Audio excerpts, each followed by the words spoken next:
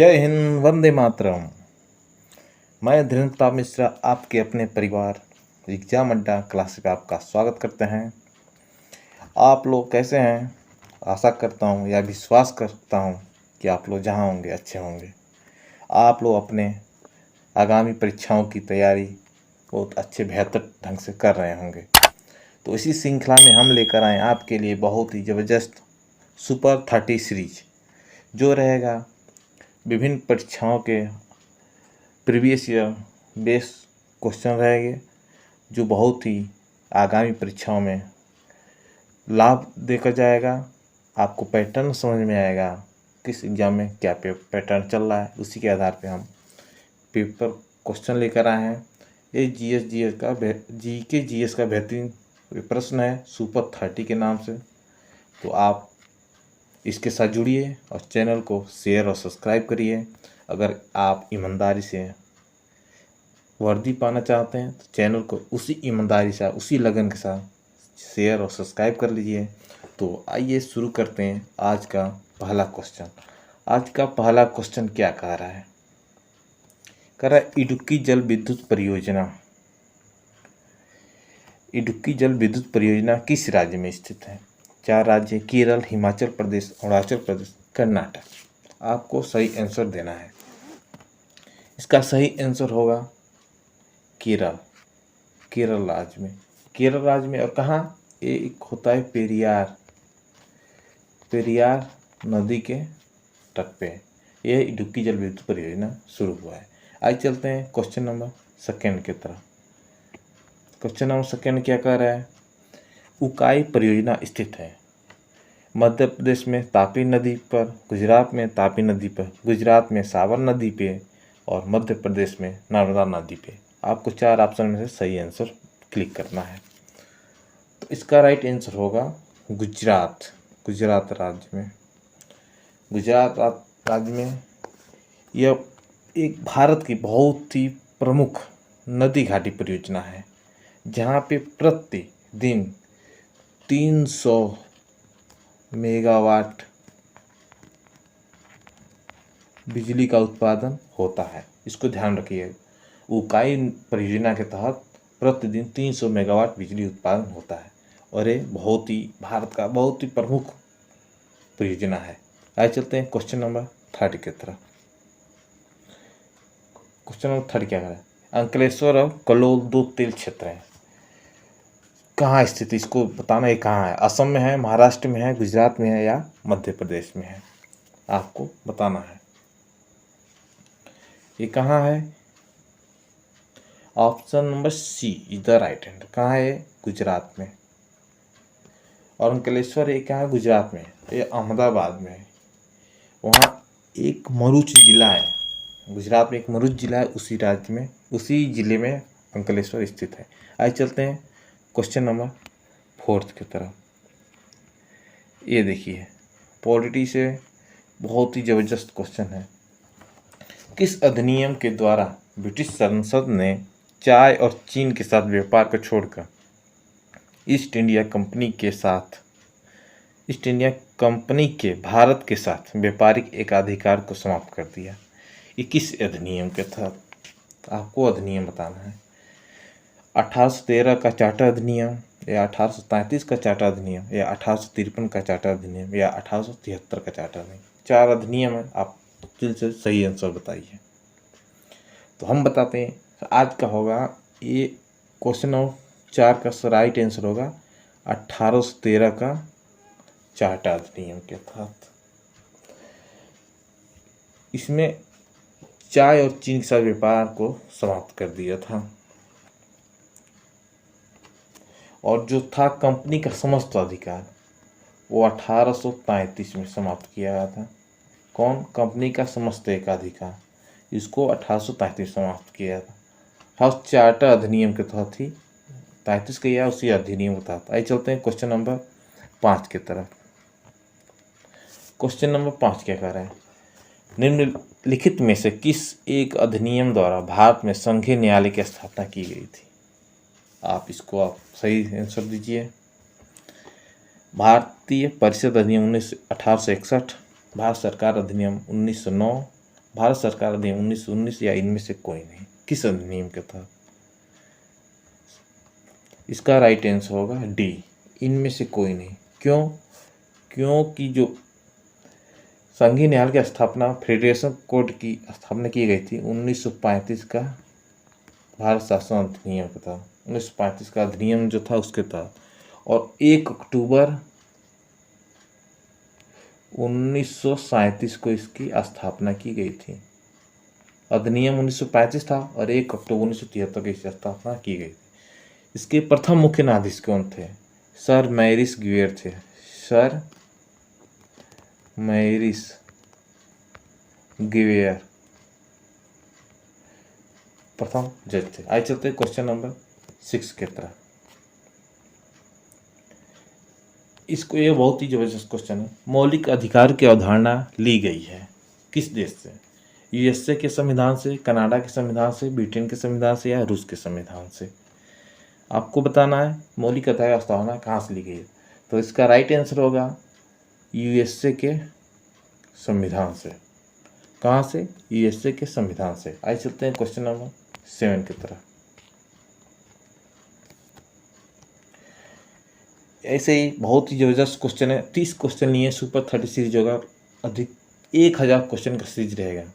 इस सभी क्वेश्चनों को आपको हल पाने के लिए आप चैनल को शेयर सब्सक्राइब कर लीजिए और वर्दी का सपना पूरा करिए।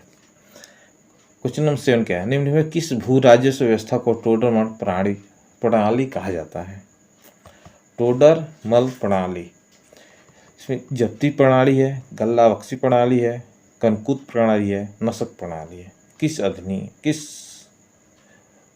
प्रणाली, जो टोडरमल प्रणाली, क्या कहा जाता है? इसका राइट आंसर होगा जब्ती प्रणाली। क्वेश्चन नंबर 7 का option A is the right answer. चलते हैं क्वेश्चन नंबर 8 की तरफ। सर थॉमस रो ने इंग्लैंड के राजा के राजदूत के रूप में मुगल शासक दरबार का दौरा किया था। जब सर थॉमस रो इंग्लैंड से जब भारत आए थे, उसमें पूछ रहा है कि यहाँ का मुगल शासक कौन था? इसका राइट आंसर होगा ऑप्शन नंबर ए। कौन था? जहांगीर था। थॉमस रो भारत आया कब था? 1616 ईस्वी में। कहाँ आया था? भारत आया था जहांगीर के समय में। किसके समय में? जहांगीर के समय में, 1616 में। आइए चलते हैं क्वेश्चन नंबर 9 की तरफ। देखिए, भूता कोला एक धार्मिक लोक नृत्य है जिसमें कुछ अनुष्ठानों में गर्म कोयले की परत पर चलना शामिल है, और इसे मतलब पूछा किस प्रदेश के तटीय जिलों में किया जाता है? इसका आप राइट आंसर दीजिए। यह है एक कर्नाटक का बहुत ही लोकप्रिय नृत्य है, गर्म कोयले पर चला जाता है। इसमें क्या होता है? भूत का वेशभूषा धारण करके भगवान शिव को मनाया जाता है, जिससे शिव प्रसन्न होकर उन्हें आदि डर भूत व्यार से मुक्ति मिल सके। आइए चलते हैं क्वेश्चन नंबर 10 की तरफ। कांग्रेस और मुस्लिम लीग का संयुक्त सेशन 1916 में कहाँ हुआ था? उस समय था गरम दल और नरम दल में दो गुटों में बटा हुआ था। इसी मतलब कांग्रेस का जो इसी 1916 का अधिवेशन था, इसमें उन्होंने एक हुआ था। वो कहाँ हुआ था इसको बताना है। दिल्ली, कानपुर, लखनऊ, मद्रास। 4 ऑप्शन में से सही आंसर होगा option number C. Question number 10 का ऑप्शन नंबर सी। इसमें इसको समझौता अधिनियम में माना जाता, समझौता क्या, अधिवेशन, समझौता अधिवेशन इसको माना जाता है। बाल गंगाधर मोहम्मद अली जिन्ना इसके मुख्य जो सूत्रधार कहते हैं वही थे। आइए चलते हैं क्वेश्चन नंबर 11 पे। क्वेश्चन नंबर 11 क्या रहा है? निम्नलिखित में किस अखिल भारतीय दलित वर्ग महासभा की स्थापना 1920 में की गई थी? महात्मा गांधी, ज्योतिराव फुले, गोपाल कृष्ण गोखले या भीमराव अंबेडकर द्वारा? पूछा निम्न में किसने अखिल भारतीय दलित वर्ग महासभा की स्थापना की थी? इसका राइट आंसर आपको देना है। का राइट आंसर होगा क्या? इसके राइट होंगे option number D Bhimrao Ambedkar.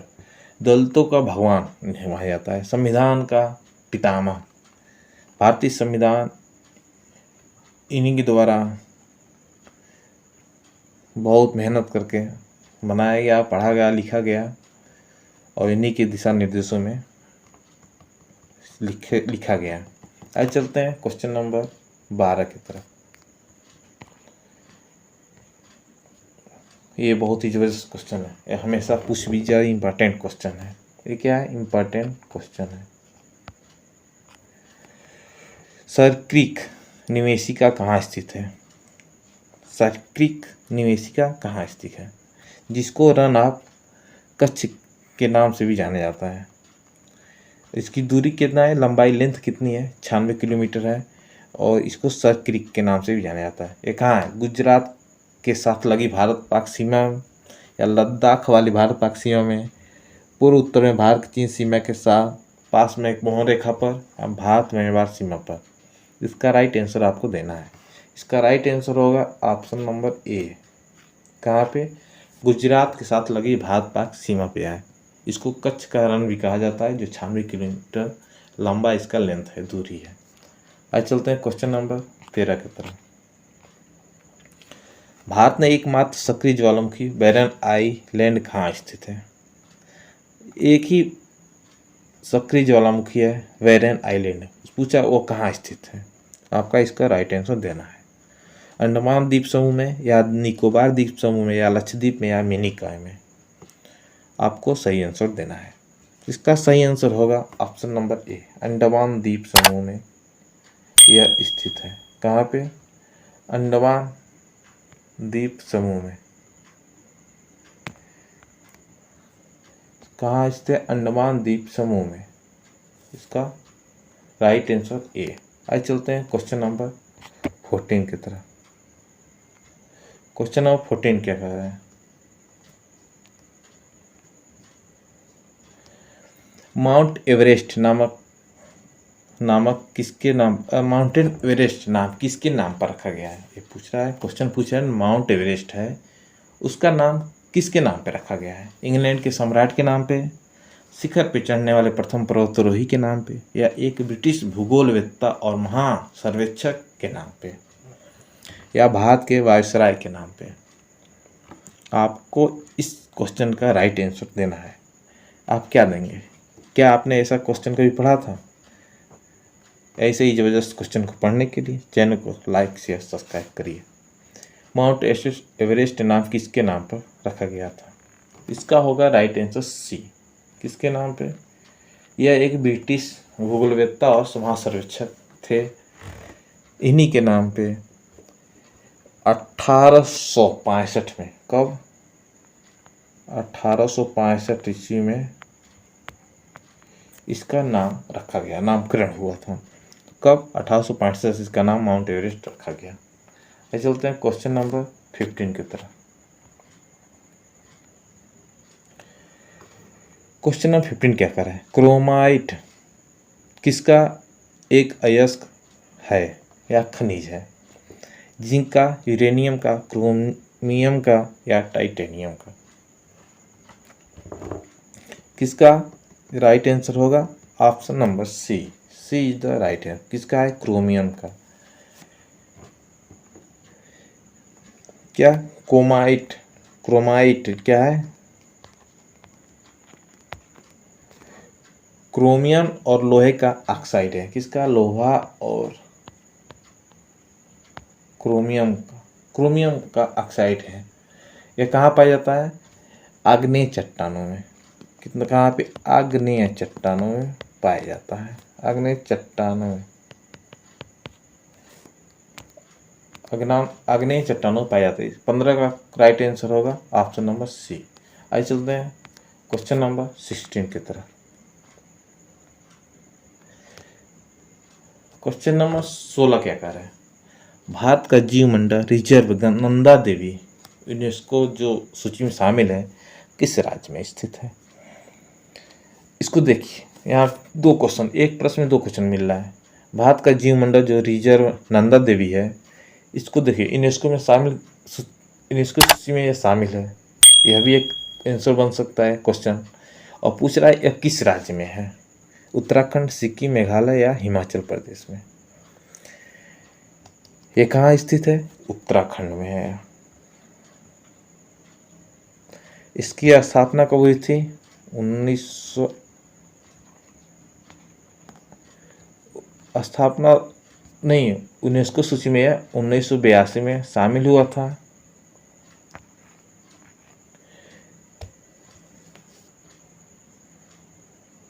आइए चलते हैं क्वेश्चन नंबर 7 की तरफ, क्वेश्चन नंबर 17 की तरफ।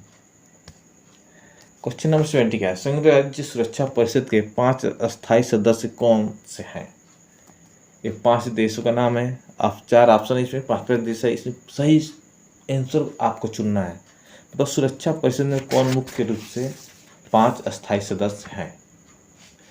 संयुक्त राज्य अमेरिका, चीन, फ्रांस, रूस, कनाडा। क्या ये हैं, चीन, फ्रांस, रूस, यूके, अमेरिका। जापान, जर्मनी, रूस, अमेरिका, यूके, अमेरिका। जर्मनी, चीन, संयुक्त राज्य अमेरिका, रूस, यूके। यूके तो होगा नहीं, जहाँ जहाँ यूके उसमें ऑप्शन एलिमिनेट कर दीजिए। जर्मनी, यूके तो होगा नहीं, इसको काटिए। यहाँ पे यूके, इसमें भी यूके, तो option number A is the right answer. कौन से 5 अस्थायी सदस्य कौन कौन सा है, संयुक्त राज्य अमेरिका है, चीन है, फ्रांस है, रूस और कनाडा है। आइए चलते हैं क्वेश्चन नंबर 18 की तरफ। देखिए, बुध ग्रह पर कितने दिन होते हैं। क्या आपने ऐसा क्वेश्चन कभी देखा था, बुध ग्रह पर कितने दिन होते हैं। 56 दिन, 88 दिन, 300 दिन या 356 दिन। आपको इसका राइट आंसर देना है। कितने दिन होते हैं, 88 दिन। और क्या करता है यह बुध, 88 दिनों में क्या करता है, सूर्य का परिक्रमा करता है। 88 दिन में सूर्य का परिक्रमा करता है, सूर्य का परिक्रमा करता है। और बुध ग्रह का, इसका बुध ग्रह का कोई उपग्रह नहीं है, कोई उपग्रह नहीं है, कोई उपग्रह इसका नहीं है।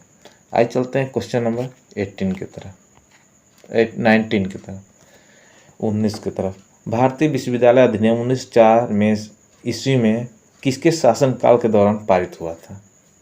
क्या आप इसको जानते हैं, रिपन, लिंटन, कर्जन या हार्डिंग। यह इसका राइट आंसर होगा ऑप्शन नंबर सी, कर्जन। इस अधिनियम के तहत विश्वविद्यालय की संख्या बढ़ाने पे जोर दिया था। इस अधिनियम के तहत विश्वविद्यालय की संख्या, यूनिवर्सिटी की संख्या बढ़ाने पे जोर दिया गया, प्लस करने पे, जोर देने पे जोर दिया गया था। आइए चलते हैं क्वेश्चन नंबर 20 की तरफ। क्या कह रहा है, नालंदा विश्वविद्यालय अध्ययन का महाकेंद्र था, विशेषतः बौद्ध धर्म का, जैन धर्म का, वैष्णव धर्म का, तंत्र मंत्र का। पूछ रहा है नालंदा विश्वविद्यालय अध्ययन का महान केंद्र था, विशेषतः किसका। तो नालंदा विश्वविद्यालय में किस धर्म की शिक्षा दी जाती थी। यहाँ पे होगा option number A is the right है, बौद्ध धर्म का। यह कहाँ स्थित है, ये बिहार स्थित है, बिहार में स्थित है। कहाँ पे, बिहार में। और इसको कहते हैं ऑक्सफोर्ड ऑफ महायान बौद्ध। इसको कहते हैं बौद्ध धर्म का ऑक्सफोर्ड कहा जाता है, जहाँ इसकी हमेशा बौद्ध धर्म की शिक्षा दी जाती है। और आपसे विनम्र निवेदन, इस चैनल पे नए हैं तो शेयर और सब्सक्राइब कर लीजिए, जिससे ऐसे ही महत्वपूर्ण क्वेश्चन आपको मिल सके। आइए चलते हैं क्वेश्चन नंबर 21 की तरफ।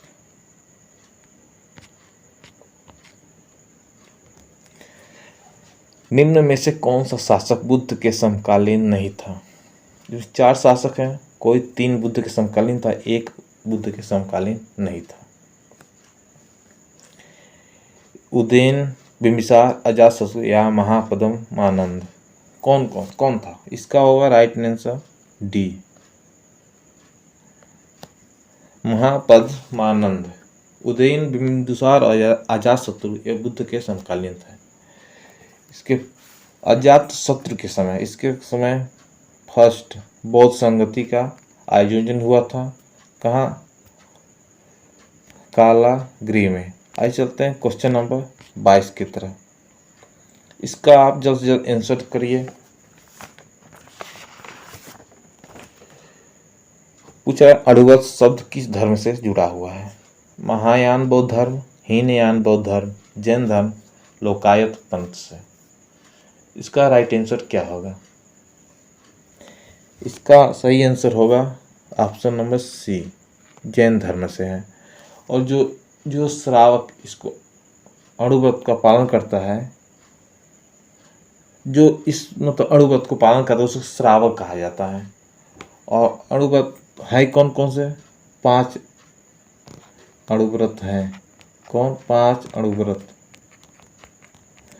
अहिंसा, सत्य, और कौन सा? अस्तेय, ब्रह्मचर्य और अपरिग्रह मतलब गृह त्याग। आइए चलते हैं क्वेश्चन नंबर 23 की तरफ। ये देखिए पॉलिटी का बहुत ही जबरदस्त क्वेश्चन है। क्या कह रहा है? मार्शल लॉ क्या है?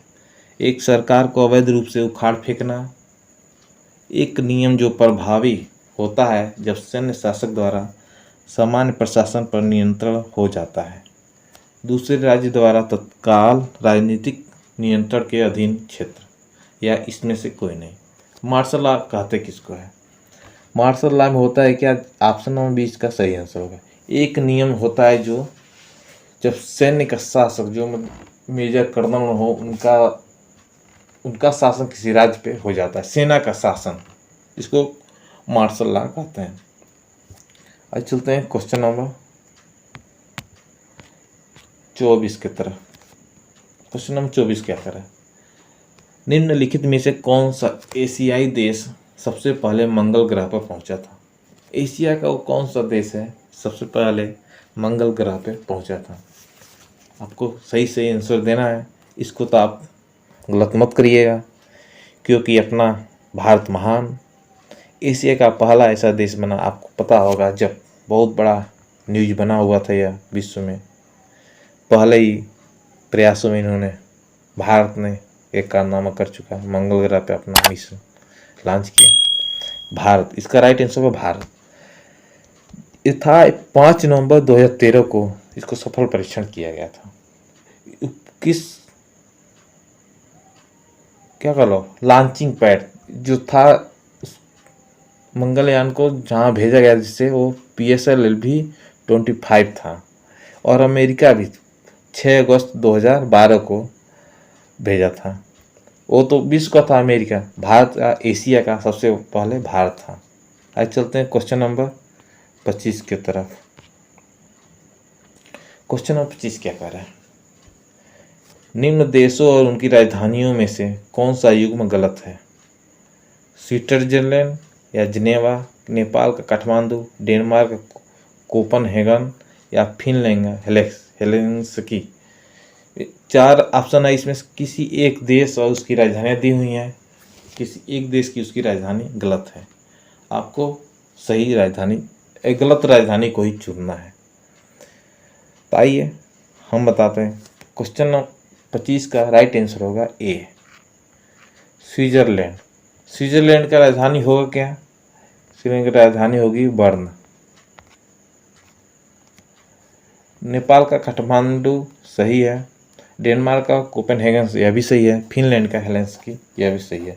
लेकिन स्विट्जरलैंड का बर्न होगा, दिया हुआ है जिनेवा, ये नहीं होगा।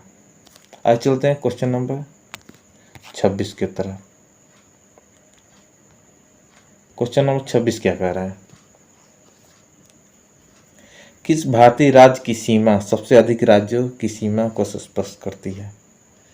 यह है देश और उसके पड़ोसी, भारत और उसके पड़ोसी देशों से पूछा। इसमें किस देश की सीमा, किस राज्य की सीमा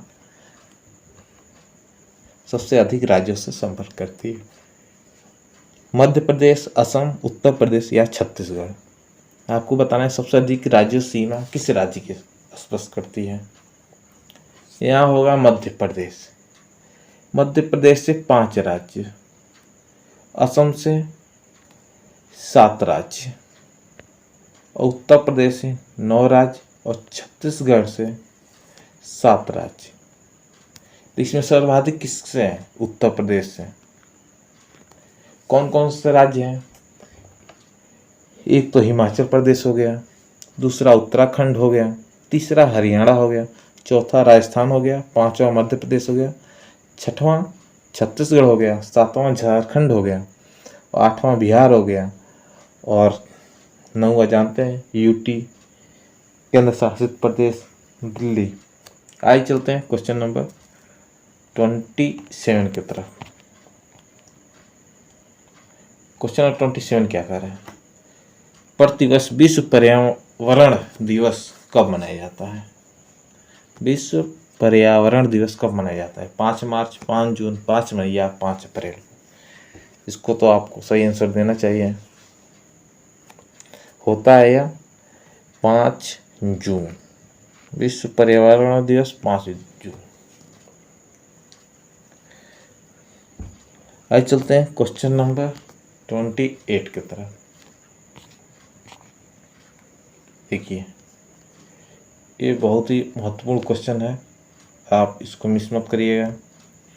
बोला है किस IUCN international union for conservation of nature दस्तावेजों में वनस्पतियों और जीवों की लुप्तप्राय प्रजातियों और जीवों की लुप्तप्राय प्रजातियों की सूची है। मतलब किस सूची में जो विश्व में जितने पशु पक्षी विलुप्त हो रहे हैं, हॉट स्पॉट कहा जाता है, मतलब जो जिसकी मात्रा दिन पर दिन घटती जा रही है, वो किस सूची में सूचीबद्ध किया जाता है? 4 सूचियां हैं, हरी सूची, लाल सूची, ब्लू सूची और काली सूची। आप जाते हॉट स्पॉट, हॉट डेंजर मतलब खतरा, जिन प्रजातियों खतरा होता है, खतरा का चिन्ह कैसा होता है? लाल होता है, तो उसको लाल सूची में लिखा जाता है या इंडिकेट किया जाता है। किस लिए किया जाता है? इनका मुख्य उद्देश्य होता है संरक्षक और इनका जन जागरूकता को फैलाना है, इसीलिए इस सूची को सूचीबद्ध किया जाता है। आज चलते हैं क्वेश्चन नंबर 29। किस पंचवर्षीय योजना का उद्देश्य बुनियादी और भारी उद्योगों के विकास पर विशेष जोर देने के साथ तेजी से औद्योगिकरण था? किस पंचवर्षीय योजना में उद्योगों का विकास और बुनियादी स्तर पे जोर दिया गया था? कि कौन सी पंचवर्षीय योजना है? ये आपसे यही पूछना है। प्रथम, तृतीय, द्वितीय या चतुर्थ? आपको सही आंसर देना है। चलिए हम ऑप्शन क्लिक करते हैं। सही आंसर कौन सा है? द्वितीय पंचवर्षीय योजना के तहत बुनियादी स्तर पे और उद्योग का औद्योगिकरण विकास के लिए। यह मॉडल किस पे? मॉडल क्या था इसका? मॉडल था महालनोबिस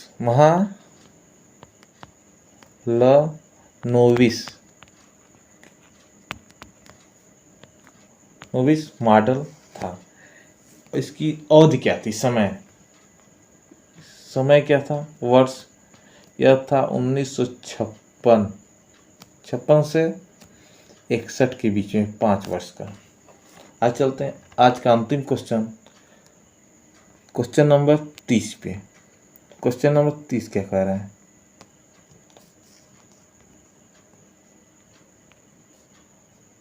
कह रहा है